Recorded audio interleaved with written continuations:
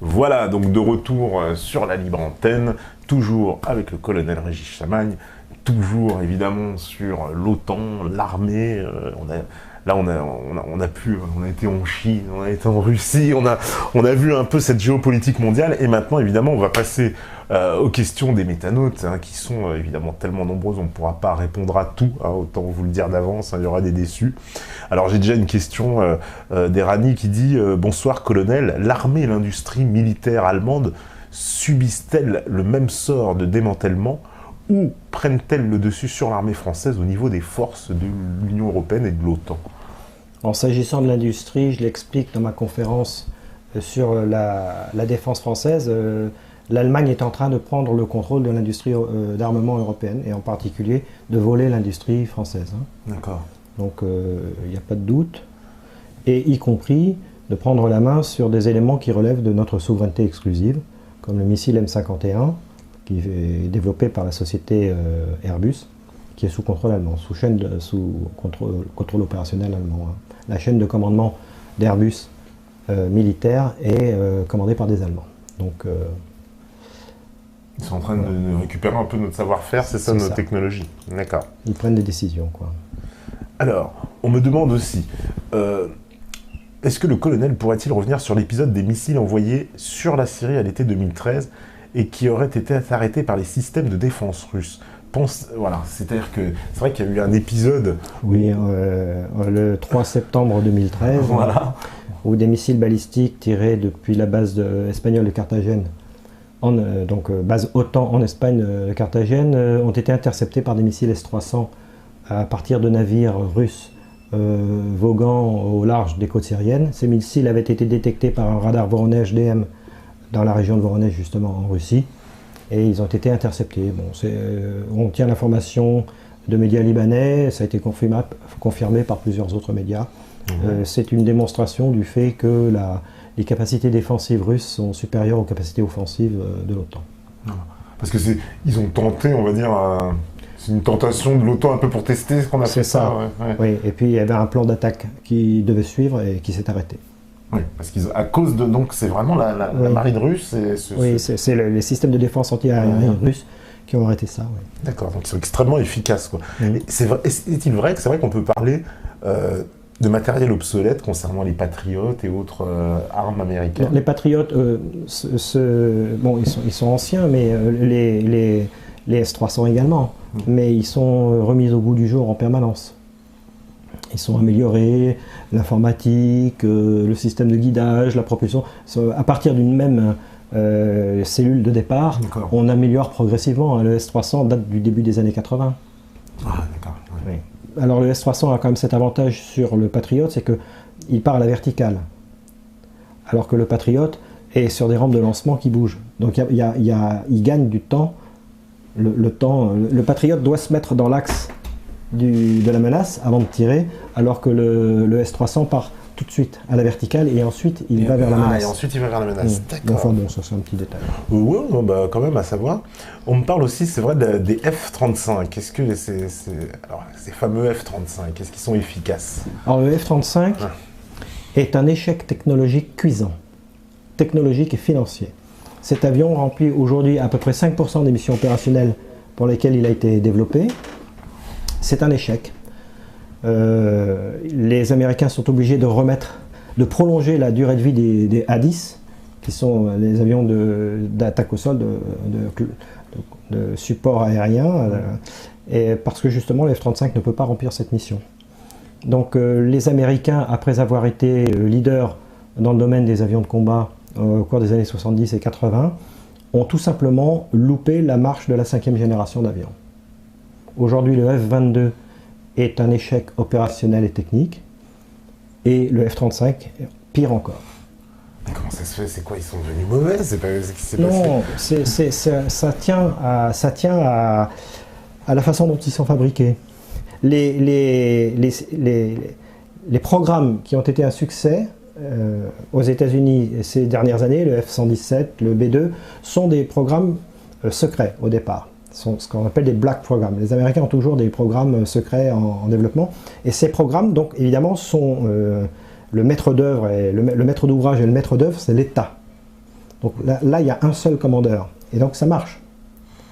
Dans le cas du F-35, dans le cas du F-22, ce sont des programmes dont la responsabilité est disséminée au travers de différentes sociétés, parce que chaque sénateur veut avoir sa part du gâteau, et si bien qu'il y a une mauvaise coordination, et au résultat, ça ne marche pas. Il y a eu des échecs cuisants par le passé, des échecs technologiques cuisants qui relèvent des mêmes causes. Par exemple, l'accélérateur de particules, vous vous souvenez que dans les années 90, les Américains avaient pour projet un accélérateur de particules plus grand encore que celui du CERN. Ce programme a été un échec parce que justement, ils ont développé toutes les technologies en parallèle et au bout du compte, ça ne couchait pas ensemble. Et c'est ce qui se passe avec le F-35, c'est ce qui s'est passé avec le F-22. Il y a eu des défauts de conception énormes qui font que ce sont des échecs. Donc en fait, cela tendrait à prouver qu'en matière de programmes importants, et d'ailleurs, petite parenthèse, ça a failli être le cas pour l'A380, hein, puisqu'il y avait des logiciels allemands et français qui ne couchaient pas ensemble. Ça a été réglé au dernier moment. Cela tendrait à démontrer que en matière de programmes importants, le public est beaucoup plus efficace que le privé. C'est une démonstration éclatante. Ah, d'accord. C'est vaut mieux comme ce que dit la fameuse phrase de De Gaulle, quand il n'y a pas un peu d'État, c'est la chienlit. Exactement. Il faut toujours mettre un peu d'État. Surtout dans des programmes stratégiques. D'accord. Alors, on me pose la question. Bonsoir, colonel Chamagne. Pouvez-vous faire un point sur les groupes d'élite de l'armée française, BFST, BFS, Légion étrangère? On nous les présente souvent comme des modèles qui forment même à l'étranger. Voilà, on nous les présente souvent comme des modèles qui forment même à l'étranger. Je ne sais pas trop qu'est-ce qu'il a voulu dire. Sont-elles toujours en pointe? Ces nombreuses formations constituent-elles un risque de voir s'échapper ce savoir-faire? Comment ces groupes sont perçus? Oula, alors là, je suis très moyennement compétent en la matière. Il est vrai que les unités d'élite de l'armée française, telles que la Légion étrangère et certains régiments spécialisés, ont une très bonne réputation. Je pense qu'ils la maintiennent, compte tenu du fait que cette réputation repose essentiellement sur des savoir-faire, plus que sur de la technologie. Et donc les savoir-faire, s'ils sont bien transmis, perdurent. Donc tout ce qui repose sur du savoir-faire humain et qui repose très peu finalement sur de la technologie peut être préservé. Donc je dirais que oui, je pense que les unités d'élite de l'armée française, en particulier de l'armée de terre, puisqu'on parle de la Légion étrangère et de ce type de régiment, sont toujours très efficaces. Oui. D'accord. Alors on me dit, bonsoir mon colonel, auriez-vous une idée de ce à quoi pourrait ressembler une guerre dans le futur? C'est vrai qu'on se dirige vers quoi, effectivement? Parce que, bon, pour tout dire, on voit ces images, on se projette avec des guerres de robots, de plus en plus les exosquelettes et compagnie, etc. Tout ça, on sait que c'est des fictions un petit peu, mais enfin, est-ce que c'est vraiment des fictions? Comme je l'écris dans mon livre L'art de la guerre aérienne, comme je le démontre dans ce livre, la supériorité de l'information est le préalable à la supériorité aérienne, qui elle-même est le préalable aux actions de terrain, aux actions de surface, sur terre et sur mer. Si je devais imaginer un scénario dans le futur, un scénario, une imagination, hein. Imaginez par exemple qu'un groupe de hackers extrêmement pointus arrive à percer les systèmes d'armes de l'ennemi et arrive à mettre un virus dans les missiles ennemis, virus qui dit mise à feu égale autodestruction. C'est-à-dire que quand l'ennemi tire son missile, ce missile explose à la mise à feu. Là, ce serait un scénario de guerre par l'information, par les mathématiques, par le fait d'être capable de percer, de rentrer dans l'informatique et dans les systèmes ennemis. Ce pourrait être un scénario. Je pense que la probabilité pour le futur d'une guerre qui soit gagnée de cette façon, par la supériorité de l'information, par la supériorité des mathématiques, cette probabilité est non nulle. D'accord. Et elle augmente en plus avec elle augmente technologie, plus on va... Les systèmes, on l'a bien vu avec l'affaire des Iraniens qui ont détourner des drones ultra sophistiqués américains. Tous ces composants militaires qui reposent sur la technologie reposent sur les communications. Un drone, ça n'est qu'un engin piloté de l'extérieur. Et les ordres de pilotage transitent par des lignes de communication qui passent par satellite ou des choses comme ça. Voilà. Et donc ces informations qui transitent sont interceptables et sont virussables. Donc plus on entre... Vous savez, le patron du centre de guerre électronique de Moscou a déclaré récemment, après l'affaire des Sukhoi 24 sur le croiseur Hook en mer Noire, en mer Noire, a déclaré la chose suivante: plus un système est complexe, plus il est facile à brouiller. Et c'est une réalité, parce qu'un système complexe repose sur les communications entre les différents éléments du système. Donc si on intercepte les communications, et si on est capable de les polluer, même pas de les détruire complètement, mais simplement de les polluer, d'induire des biais, eh bien la synthèse devient très difficile à faire. C'est probablement ce qui s'est passé, ça s'appelle du brouillage de suppression. C'est probablement ce qui s'est passé avec cette affaire des Sukhoi 24 équipés d'un conteneur de guerre électronique qui ont survolé le Donald Hook. Et puis qui s'est retrouvé aveugle, c'est ça, le bateau américain? Le bateau américain, qui était équipé du système Aegis, prétendument le plus efficace du monde en termes de défense antiaérienne, ne les a pas vus venir, ne les a tout simplement pas détectés. Le système le plus simple, pour illustrer ce que je vais dire, je vais parler du système le plus simple. Le système le plus simple est composé de deux éléments. On va prendre le cas des missiles, des systèmes de défense antiaérienne des années 70, qui étaient composés d'un radar de surveillance qui tourne très vite et qui détecte dans un rayon adéquat sur 360 degrés les menaces. Quand le radar a détecté une menace, il donne l'information au système de missile, qui lui est équipé d'un radar très directionnel, qui se cale dans la direction que lui indique le radar de surveillance et qui accroche, qui se verrouille, qui se fixe sur la menace et qui tire son missile. Si vous arrivez à brouiller un tout petit peu le radar de surveillance, à induire par exemple une erreur de 5 degrés dans l'azimut, ça suffit pour qu'au moment où le pointeur, le radar de tir, qui lui a un pinceau radar très étroit, se pointe dans la direction indiquée, il n'y a rien en face. Donc il suffit d'un peu de brouillage pour que le système soit aveugle, soit inefficace plus exactement. Et quand vous prenez un système encore plus complexe, qui possède plusieurs éléments en interaction les uns avec les autres, eh bien il est facilement brouillable par une simple perversion, même pas un gros brouillage, mais une simple perversion des informations qui transitent à travers le système. Donc le tout technologie, ça possède une grosse vulnérabilité. D'accord. Oui, parce que ça veut dire que finalement, donc c'est pour ça qu'un pays comme l'Iran, qui n'a pas le budget de l'armée américaine, mais pourrait mettre en déroute finalement des systèmes très complexes de communication. S'ils ont une armée de mathématiciens extrêmement doués, extrêmement performants, ils peuvent, oui. Vous savez ce qu'a disait Einstein? Il disait: je ne sais pas à quoi ressemblera la prochaine guerre, mais je sais que la suivante se déroulera à coups de cailloux.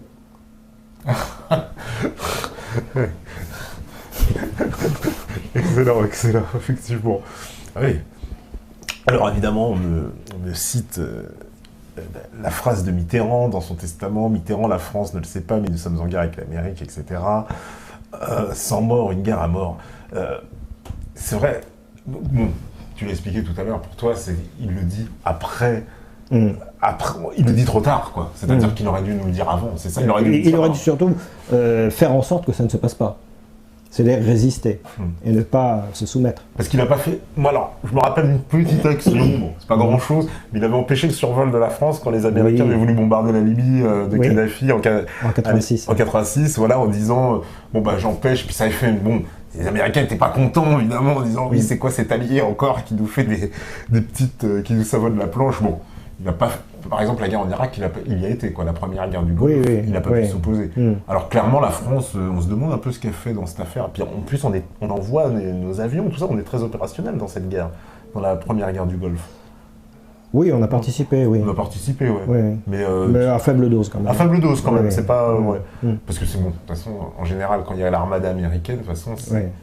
c'est eux qui arrivent avec les Nous gros étions une caution politique. Voilà, on a encore une caution. Voilà.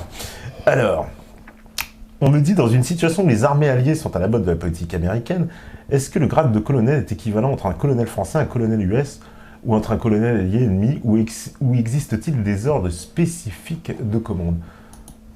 Un grade est un grade, Ouais. mais ce qui compte, c'est le fait que les postes de la chaîne de commandement qui sont décisifs, qui sont importants, sont de toute façon tous tenus par les Américains. Donc les ordres sont américains. La façon de se battre est américaine, la doctrine est américaine. Donc, après, C'est qui le plus haut gradé en France?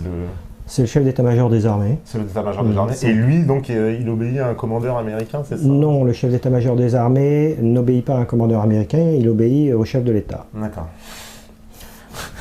Mais le chef de l'État, lui, bon, c'est encore autre chose. Alors on me dit, que pense le colonel des armes à neutrons, des armes modernes qu'utilisent les militaires? Et est-ce que la France possède ce type d'armes? Alors c'est vrai qu'on a vu récemment une image, je sais pas, j'imagine que tu l'as vu aussi, au Yémen, on a vu une espèce de bombe, Bombe à neutrons. à oui. bombe à neutrons. Voilà, On a dit que pas- c'était une bombe à neutrons, Ouais. oui. Alors la bombe à neutrons, en fait, c'est une bombe nucléaire dont l'effet principal est l'émanation de neutrons. C'est-à-dire que dans une bombe nucléaire, il y a trois effets. Il y a l'effet mécanique, de souffle, l'onde de choc détruit, se propage et endommage tout ce qui se trouve sur son chemin. D'accord. Il y a l'effet thermique, par le flash, que produit la bombe nucléaire, et puis il y a l'effet des radiations. Contrairement à ce qu'on croit, l'effet des radiations est de 15% par rapport à l'effet total physique d'une bombe nucléaire. Le principal effet, c'est l'effet de souffle. Ah d'accord. Une bombe à neutrons, c'est une bombe dans laquelle c'est l'effet des radiations qui est privilégié par les neutrons. Donc ça ne détruit pas, ça ne détruit pas beaucoup les infrastructures, mais ça tue les hommes, les êtres humains. Tout ce qui est organique, quoi. C'est ça, tout ce qui est organique. Alors, à ma connaissance, on a arrêté les... Nous n'en possédons pas, la France ne possède pas de bombes à neutrons. Même pas caché. Non. Je pense pas. C'est pas notre... Non, c'est pas notre priorité. On a arrêté, je crois, dans les années 80, on a arrêté les recherches. Et pour ce qui est de notre programme nucléaire militaire, il est toujours, c'est toujours une actualité, c'est toujours... Oui, il y a toujours une loi de programmation militaire, oui, Ouais. qui se réduit comme peau de chagrin, mais il y en a toujours une. Oui, parce que historiquement, c'est pareil, les Américains n'étaient pas très d'accord avec cette histoire que la France possédait sa propre force nucléaire. Ouais. Oui, mais ils nous ont aidés quand même. Ah, ils nous ont aidés quand même, d'accord. Oui, parce que de toute façon, ils savaient que De Gaulle le ferait, donc... D'accord. Puis bon, ça ne servirait pas contre eux, a priori.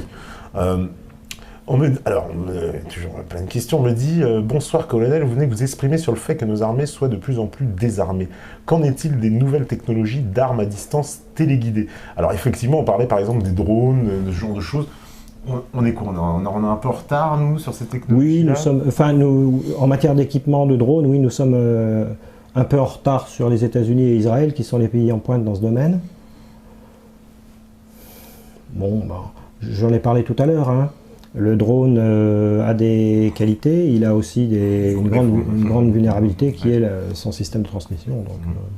Donc oui, c'est pas forcément... Ça n'est pas forcément la panacée. Ouais. Parce que par exemple, un avion avec un pilote, là par contre, pour le faire atterrir, ça c'est plus compliqué, ça peut aussi se faire de façon informatique, ça c'est... Enfin, on peut viruser, ouais, voilà. On peut mettre des virus. Hein, Et forcer à atterrir, c'est-à-dire en gros... Non, c'est trop compliqué, quoi. Non, c'est trop compliqué, je pense. Ah, beaucoup trop compliqué. Alors qu'un drone, effectivement, comme tout est basé là-dessus... Tout le système de pilotage est à l'intérieur du drone, et les ordres de pilotage lui arrivent par des canaux de transmission. D'accord. Et tout à l'heure, justement, je posais la question quand même, mais les exosquelettes, tout ce qu'on voit, ça, c'est des vraies technologies qu'on va voir. Je pense que c'est un peu un mythe technologique. Ouais. Il y a des mythes comme ça.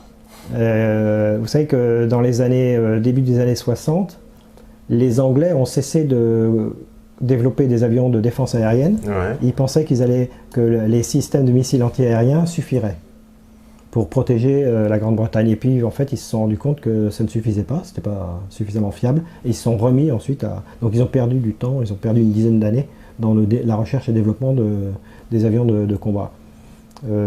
il faut se méfier du tout technologisme. La technologie est importante, ce n'est pas ce que je dis. En particulier en matière aérienne, la technologie est très importante. Et il y a un lien très fort entre l'efficacité de l'arme aérienne et la technologie. Mais il faut se méfier du tout technologie quand même. D'accord. Ouais, parce que ça peut nous emmener et puis, vers le détournement. Alors on me dit, bonsoir colonel, quel est l'état d'esprit du corps militaire français actuellement par rapport à la gestion politique militaire du pays? Y a-t-il des mécontentements au sein des hauts cadres de l'armée française? En avez-vous des échos? Alors j'ai peu d'échos, mais d'après les échos que j'ai, je crois savoir que dans les bas grades, il y a un gros mécontentement parmi les sous-officiers, les militaires du rang et les officiers subalternes, jusqu'au grade de capitaine. Il y a, donc les gens qui sont sur le terrain en fait. Il y a un gros mécontentement. Au niveau des officiers supérieurs, il doit y avoir une forme de schizophrénie, puisque ce sont des gens qui sont en intermédiaire. Ils viennent juste de quitter les unités combattantes, donc les unités de terrain. Ils s'apprêtent donc ils sont en état-major, ils s'apprêtent normalement à devenir général pour certains. Ouais. Et donc il doit y avoir une grosse schizophrénie. Et je pense que pour les généraux, il n'y a plus d'état d'âme. Ouais, ils sont perdus. Ils sont dans le moule. Ils sont dans le moule, ouais, d'accord. En majorité, évidemment, il peut y avoir il y a une courbe de Gauss de toute façon. Donc, mais je pense que statistiquement, il y a moins d'état d'âme, beaucoup moins d'état d'âme.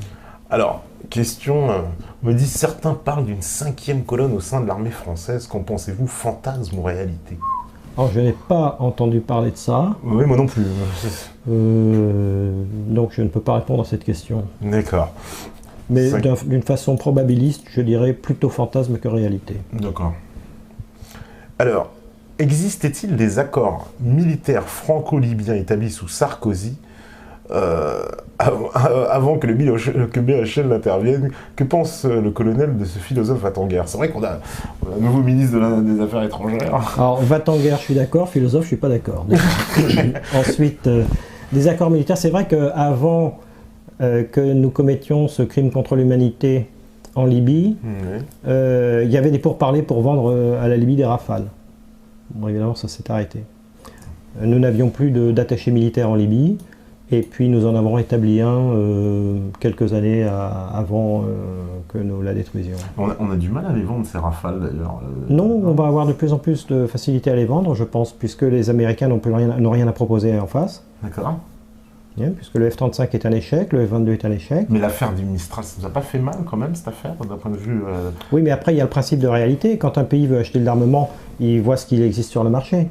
Donc pour acheter aujourd'hui un avion de combat moderne, un pays qui n'a pas de capacité de production autonome d'avions de combat, qui veut acheter des avions de combat modernes, il a le choix entre le Rafale et le Sukhoi 35. D'accord. En gros. En gros, ouais. Donc il n'y a plus de concurrents américains, sauf des avions des générations 80, donc ils sont inférieurs, F-16, F-18, F-18, F-15. Ouais. Et donc il y a le choix entre le Typhoon, l'Eurofighter n'est pas très très bon, donc il n'est pas très compétitif.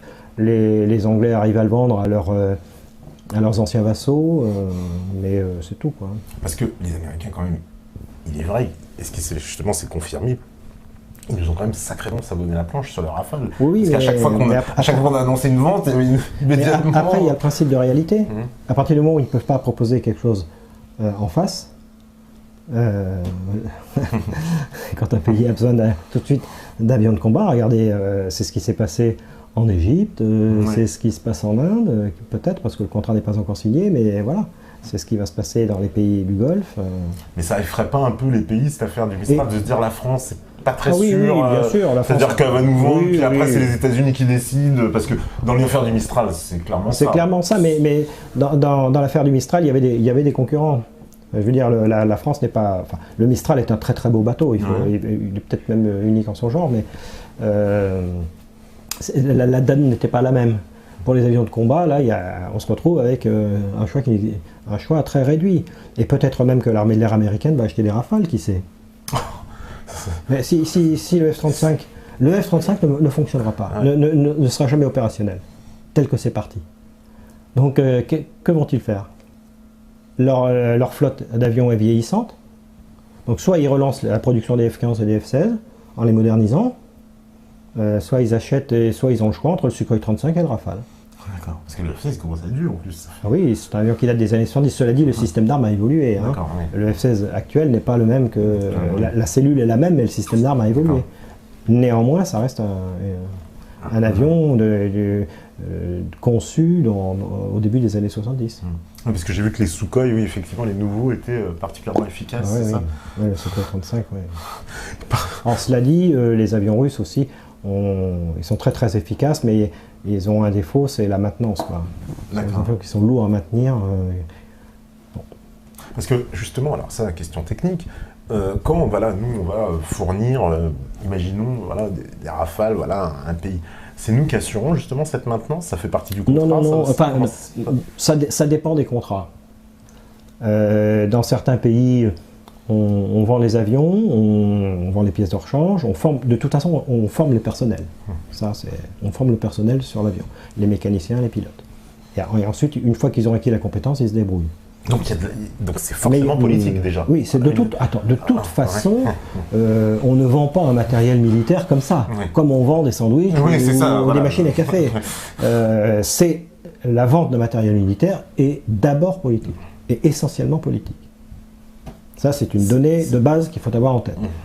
Puis ensuite, il y a les principes de réalité.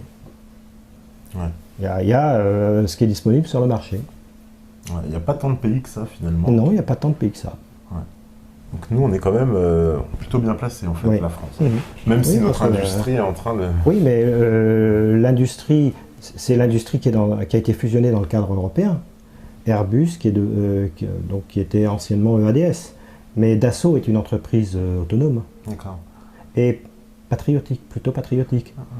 Donc avec le Rafale, c'est une autre paire de manches.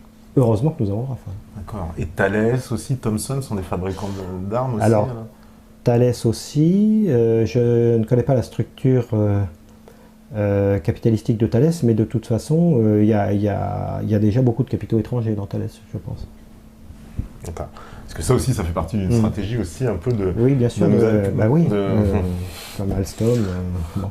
Sauf que là, Dassault, c'est une entreprise française, 100%, et donc là, de ce côté-là, il n'y a pas de problème. D'accord. Alors, justement, ça c'est une question qu'on a posée aussi, qu'on nous demande souvent. Pensez-vous que certains de nos généraux sont capables de mettre un coup d'État en place pour virer les traites qui nous dirigent? En tout cas, est-ce qu'il y a une possibilité de... Alors, voilà, comme je t'ai dit, je poserai la question parce que c'est une question qui revient souvent et beaucoup de gens pensent à ça et même certains fondent toute une philosophie là-dessus en disant on va être sauvé par un militaire, un général. Je ne pense pas. Je ne pense pas qu'il y ait au sein de l'armée, au sein des généraux en activité, des velléités telles que celle-là. Je pense pas. Et puis, ce serait compliqué en plus, c'est extrêmement compliqué. Parce que clairement, pour dire par exemple un coup d'État, on va dire, voilà, imaginons quelques généraux qui se mettent d'accord, mais il faut comment ils peuvent faire dans cette chaîne de commandement? Les généraux sont nommés en Conseil des ministres. Donc, bon, évidemment sur proposition des armées. Mais non, je pense pas, honnêtement, ça ne me semble pas crédible. Non. Pas en France en tout cas. Non, pas en France. Certainement dans d'autres pays, mais pas en France. Alors, question aussi, on me dit, pense-t-il que les forces armées en général, actuelles, peuvent survivre à la disparition des ressources fossiles? C'est vrai que l'armée, elle est dépendante énergétiquement. Très dépendante du pétrole, oui. Si demain, il y a cette baisse du pétrole, parce que, est-ce que c'est pas aussi une clé, ça, on va dire, justement, de la stratégie militaire? Parce que, en gros, on coupe les robinets, puis... Alors, il peut y avoir des ruptures technologiques aussi. Il peut très bien y avoir une rupture technologique qui fasse qu'on n'ait plus besoin de pétrole pour propulser les avions. Ça pourrait se faire. Je veux dire, la probabilité est non nulle. Des ruptures technologiques, on en a connu par le passé. Donc, mais dans l'état actuel des choses, oui. Indispensable. Indispensable. Indispensable. Par exemple, là, imaginons par exemple, dans le cas, on le sait, c'est une situation sur laquelle on entend souvent parler, le blocage du détroit d'Ormuz, par lequel passe l'essentiel du pétrole mondial, 40% je crois de la production mondiale. Qu'est-ce qui se passe? C'est une catastrophe là. Mais l'armée, elle a des ressources stratégiques, c'est ça? elle aura toujours les moyens de fonctionner. Il n'y a pas que le pétrole du Golfe, hein, mais il y en a ailleurs, il y en a au Venezuela, en Afrique, il y en a un peu partout. Et puis on découvre du pétrole offshore de plus en plus. Mais oui, dans l'état actuel des choses, un blocus du détroit d'Ormuz poserait de gros problèmes. Vous savez d'ailleurs à ce propos que la Chine construit une raffinerie sur la mer Rouge, au large de Jeddah, enfin à peu près à la latitude de Jeddah, en Arabie Saoudite, où il y a un contrat chinois pour construire une raffinerie à ce niveau-là. Donc bon, ils passeront par le détroit de Djibouti, hein, mais que nous contrôlons au passage, d'accord. De moins en moins. De moins en moins, oui, parce que quand on dit nous, c'est en fait, faut penser avec l'oncle Sam, c'est ça. On contrôle plus tout seul, hein, parce que la France, c'est vrai qu'il y a quand même voilà, avec notre présence, on va dire, géographique. C'est un endroit stratégique. Voilà, on a le détroit de Djibouti où on sait qu'il y a une base française ultra stratégique. Il y a Mayotte qui est à l'entrée du canal de Mozambique, la Guyane française, voilà, qui est les Antilles, donc. Pas loin de l'Amérique, je parle même pas de la Polynésie, qui est un énorme espace dans le Pacifique Sud. On a quand même des endroits très très très stratégiques. Très stratégiques. La France est possède le deuxième territoire marin. Marin, oui, voilà. Au monde. Avec grâce en particulier aux archipels de la République situés dans l'océan Indien et dans l'océan Pacifique. Parce que ça, c'est ultra. Quand même, il y a très peu de pays qui ont autant de, j'ai envie de dire, une présence comme ça. Les États-Unis, bien sûr, mais je veux dire, à part les États-Unis, d'autres pays européens. Une grosse présence, oui. Ça, c'est réellement stratégique. Et quand on pense que les ressources halieutiques sont en train de baisser considérablement, que certains biologistes parlent d'un effondrement de l'écosystème marin, nos zones d'exclusivité économique, les ZEE qui vont jusqu'à 200 nautiques en mer, constituent un enjeu stratégique. Et nous serions bien avisés de développer les outils maritimes pour assurer notre souveraineté sur ces espaces. Alors là, j'ai une question, c'est vrai aussi, qui revient souvent. Colonel, peut-on imaginer l'armée française prendre position physiquement contre son peuple sur des ordres de ses politiques ? Est-ce que c'est vrai que, en cas, on va dire, d'insurrection, on va dire, est-ce que l'armée française sera, j'ai envie de dire, mise à contribution pour stopper ? Alors là, je prends une pièce, je la lance en l'air et j'attends qu'elle retombe pour voir le résultat. On ne peut pas savoir, ouais. Non. Parce que c'est vrai que si on demande à des militaires de tirer sur des Français, qu'est-ce que c'est ? Ça dépend du contexte. Honnêtement, c'est impossible à répondre, quoi. Mais non, je pense que s'il fallait tirer sur la foule en France, l'Union européenne utiliserait plutôt la gendarmerie européenne, l'Euro-Gendarme. L'Euro-Gendarme, là, ouais, le truc. Ouais, comme ils ont fait, il paraît-il qu'ils sont stationnés en Grèce, qu'il y a eu une tentative. Alors, mais non, honnêtement, je ne sais pas répondre à cette question. D'accord. Alors, est-ce que les États-Unis... Oui, je pense que ça, c'est une question qui a été répondue, mais bon, voilà, est-ce que la créature créée par les États-Unis, Daesh, leur a-t-elle échappé comme à Al-Qaïda, hein, Il y a toujours la probabilité de Frankenstein, hein. Ouais. Le scénario Frankenstein. Ce monstre, et puis à la fin, il s'en va tout seul. Le monstre prenne son autonomie. Et ça dépend du contexte. Si la puissance américaine décline brutalement et fortement, ce sera le cas.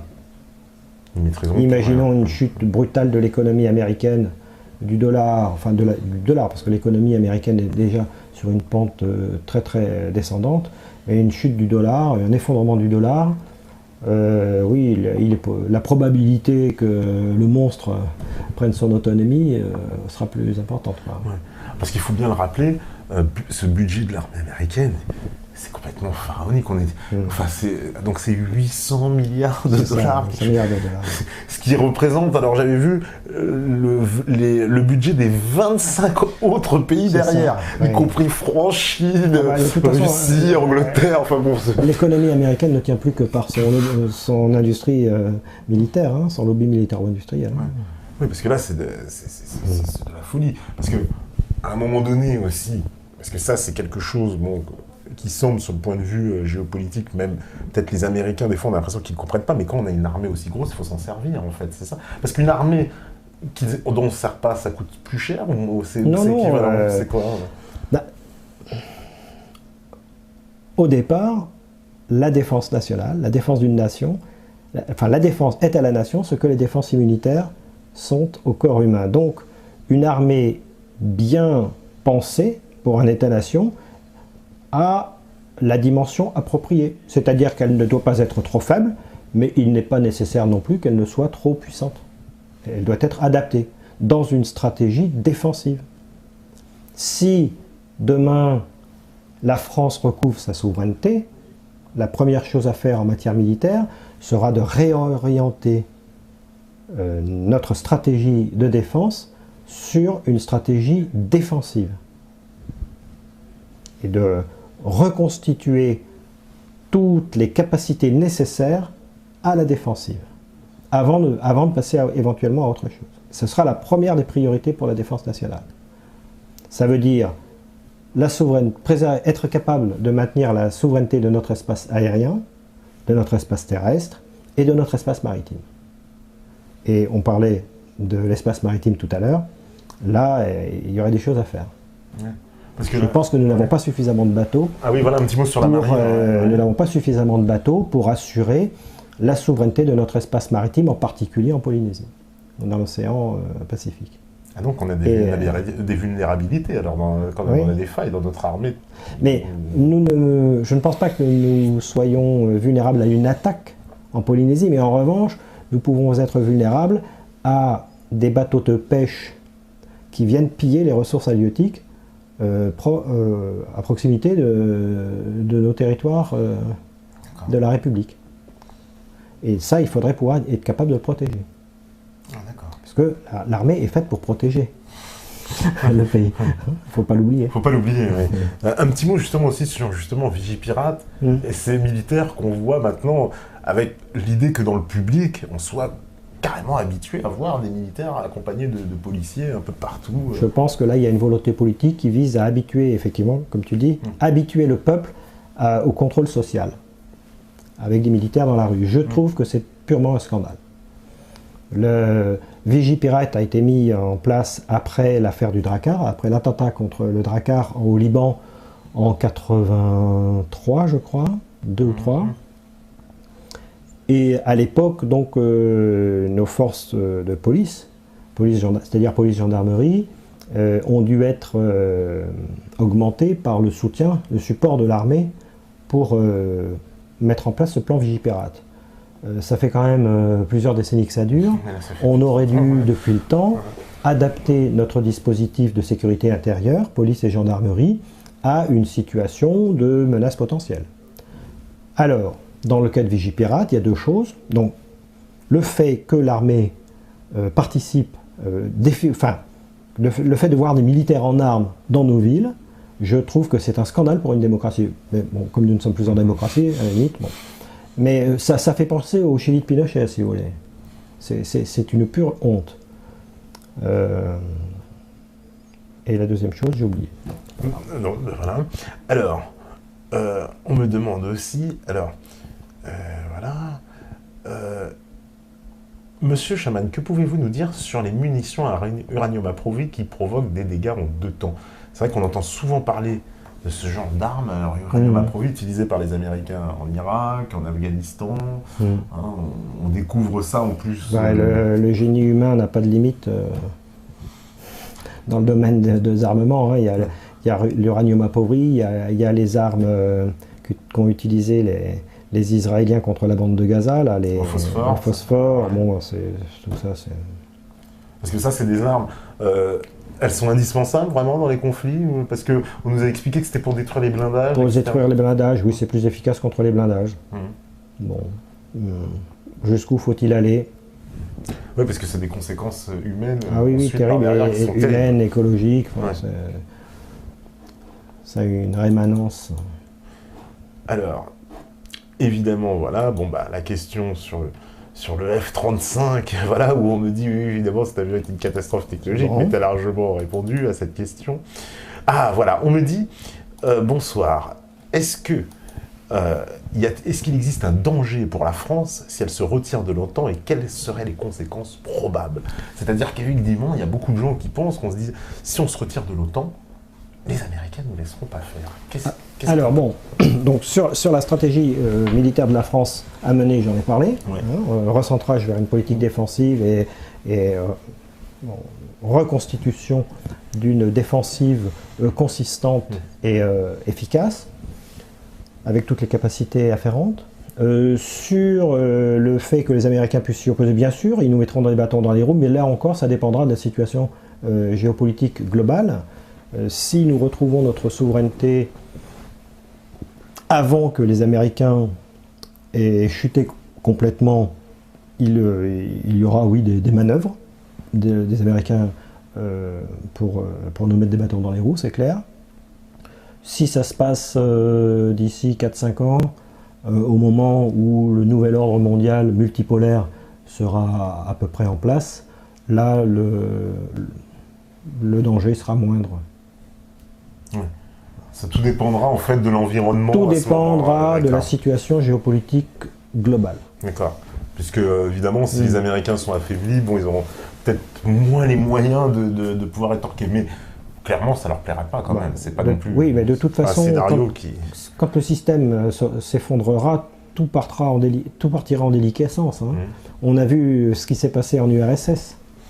Ouais. D'abord, c'est l'URSS, c'est le pacte de Varsovie qui s'est déconstruit, et puis même l'URSS, c'est-à-dire les républiques incluses dans l'URSS, elles-mêmes ont pris leur autonomie. Donc quand un système fait défaut, quand un système s'effondre, c'est tout qui s'effondre, c'est tout qui part en vrille. C'est comme une avalanche. Une fois que l'avalanche est déclenchée, rien ne l'arrête. Et un effondrement, c'est comme ça. Une fois que l'effondrement est parti, rien ne l'arrête. Donc il se pourrait très bien que l'effondrement, entre guillemets, de cet empire américain passe par justement la défection de certains pays, puis ensuite que tout partira en vrille. Tout partira en vrille. Alors on me demande effectivement, alors j'avais vu une question sur le mon colonel, pas moi, parce qu'il dit mon général. Non, bon, c'est bon. T'as monté d'un grade. Que pensez-vous de l'initiative visant à créer un OTAN arabe sous commandement israélien et dont la première cible est le Yémen, comme le développe évidemment Thierry Messant, qui nous expliquait ça, que l'affaire du Yémen est une façon de créer une espèce de sous-OTAN régional avec l'Arabie Saoudite et Israël. Bon, la même réponse que précédemment. Cette initiative ne tient pas la route au regard de l'évolution de la géopolitique mondiale et du basculement des forces. D'autant qu'on voit que l'Arabie Saoudite se tourne de plus en plus vers la Chine. Non, je pense que là encore il s'agit d'un fantasme, il s'agit des dernières cartouches que l'Empire tire pour consolider. C'est une façon, en fait, c'est un aveu de faiblesse. C'est une façon d'externaliser leur domination. On n'est plus capable de le faire nous-mêmes, donc on va confier la tâche à d'autres. Mais ça ne tient pas la route. Ça ne tient pas la route parce qu'il n'y a pas les conditions géopolitiques pour ça. D'accord. Alors, on me demande aussi, en parlant d'obsolescence, que penser des survols de drones sur les centrales nucléaires? C'est vrai que c'est quoi? C'est un danger? Parce qu'on a beaucoup entendu parler de ça, mais est-ce que c'est vraiment dangereux? Je ne sais pas. Je pense pas. Un drone, c'est un petit engin. Ouais. Et normalement, les centrales nucléaires sont conçues pour résister au crash d'un avion de ligne. C'est comme ça qu'elles ont été conçues. Donc normalement. Bon, je pense pas que les drones. Non, c'est plus faire peur. Des gens qui s'amusent, pour agiter un peu la population. Pour agiter le peuple avant de s'en servir. Oui, comme il disait, c'est Talleyrand, je crois. Ouais, on me dit, à votre avis, qui profite réellement de la déstabilisation du Moyen-Orient, car il semble évident que ce n'est pas dans l'intérêt des USA ni de l'Europe. Ça reste à démontrer. Oui, non, mais l'intérêt des USA est de détruire tous les États autonomes. de semer le chaos partout pour pouvoir ensuite piller les ressources. Donc l'intérêt des USA n'est pas d'avoir un monde stable. Ils se nourrissent de la guerre, ils se nourrissent du chaos. Tout État-nation autonome, capable de décider par lui-même de son destin, est un ennemi des Américains. C'est un danger. Voilà, par exemple, un Irak souverain, c'était un danger pour les Américains. Voilà, ils préfèrent largement cet Irak déstabilisé dans le chaos. Oui, il n'y a qu'à voir les cartes de remodelage du Moyen-Orient. Non, c'est pas... Voilà, une Libye complètement démantelée sur laquelle on peut L'objectif n'est pas d'apporter la démocratie ailleurs. L'objectif est de détruire les États-nations. Alors, oui, alors il y a l'histoire aussi vraie du FAMAS. On me dit heureusement que nous n'avons pas de troupes au sol, car bientôt nos soldats tireront au lance-pierre, car plus de FAMAS en a retenu un autre fusil. C'est vrai qu'on a changé le fameux fusil mythique de la France. C'est le prochain. Le fusil d'assaut qui va remplacer le FAMAS sera de construction étrangère. Étrangère, ouais. Bon, bah c'est un abandon. Et stratégiquement, c'est quand même pas terrible, non? C'est nul, quoi. C'est un abandon. Ça va avec le reste, ça va avec l'abandon de notre industrie de défense. C'est dans la continuité de la trahison de nos dirigeants depuis plusieurs années. D'accord. Un peu comme j'avais vu que le système informatique utilisé par l'armée était sous Windows en France, oui. Alors que les Américains utilisent Linux. L'armée américaine n'utilise même pas. Ça aussi, c'est une aberration. Dans les années 96-97, j'avais dit à un général de l'armée de l'air, utiliser Windows aujourd'hui dans le monde de l'information qui se développe, c'est comme si on avait, en 1936, fait fabriquer nos chars de combat par l'Allemagne nazie. D'accord. Il a pas dû apprécier peut-être. Non, ça il avait pris. Non, ils étaient habitués à mes remarques iconoclastes, mais ouais. Non, je le pense toujours. D'accord. Bon, pour moi, les choses sont claires. On me demande aussi, alors, quel est le point fort militaire de la France aujourd'hui? C'est quoi notre... Est-ce qu'il en reste un, le point fort? Je pense que le point fort militaire de la France aujourd'hui, c'est son savoir-faire. C'est avant tout les hommes. D'accord. Il y a, d'un point de vue technologique, il y a le Rafale pour les avions. Il y a les bateaux, la DCN. Bon, l'armée de terre s'est pliée puisque Dexter a fusionné avec KMW ou va fusionner avec KMW. Donc, mais le point vraiment fort de notre défense, ça reste les hommes. Ça reste le peuple. Et c'est rassurant, quelque part. Parce que finalement, les hommes, c'est le peuple. Quand je dis les hommes, c'est avec un grand H, c'est les hommes et les femmes. Et c'est notre capacité à transmettre nos savoir-faire. Voilà. Parce qu'on m'expliquait, alors, je ne sais pas si tu pourrais nous dire un petit mot là-dessus, c'est un militaire qui me disait qui m'expliquait qu'en fait, aujourd'hui, l'armée, dans sa politique de recrutement, ne cherchait plus des gens qui affichaient des opinions patriotiques, mais plutôt des sportifs, des gens qui cherchent l'aventure. D'ailleurs, on voit souvent ces clips de propagande un peu où on nous dit venez vivre une double vie dans l'armée, etc. Est-ce que c'est vrai qu'il y a ce changement de profil du militaire aussi? Je ne connais pas la politique de recrutement. Chaque armée a sa politique de recrutement. La politique de recrutement de l'armée de terre, de la marine et de l'armée de l'air ne sont pas les mêmes. Ah d'accord. Donc déjà, il n'y a pas d'unité à ce niveau-là. Quand bien même, une fois que vous êtes militaire, vous êtes dans un esprit de corps, vous êtes dans un corps, et vous faites partie de ce corps, et vous êtes donc dans l'esprit du corps. Et donc... c'est un peu à la tête alors que ça se joue, c'est ça? Non, je dirais... Je ne sais pas si c'est si grave. J'ai du mal à évaluer. J'ai du mal à évaluer à quel niveau ça se situe. Mais par exemple, dans l'armée de l'air, ils cherchent à des gens plus patriotiques ou ça fait pas tellement partie du... Non, on recrute des gens sur des capacités techniques, beaucoup, parce que l'armée de l'air est une armée technique. Mais de toute façon, une fois qu'ils vivent sur une base aérienne, qu'ils travaillent sur une base aérienne, ils sont dedans, quoi. Et ils subissent, entre guillemets, je dirais plutôt, ils bénéficient de la, comment on appelle ça, de l'esprit d'entreprise, de l'esprit de l'entreprise armée de l'air, du corps social de l'armée de l'air. Donc, d'accord. Voilà, les choses sont claires. Bah, on arrive à la fin, je vais prendre les dernières questions.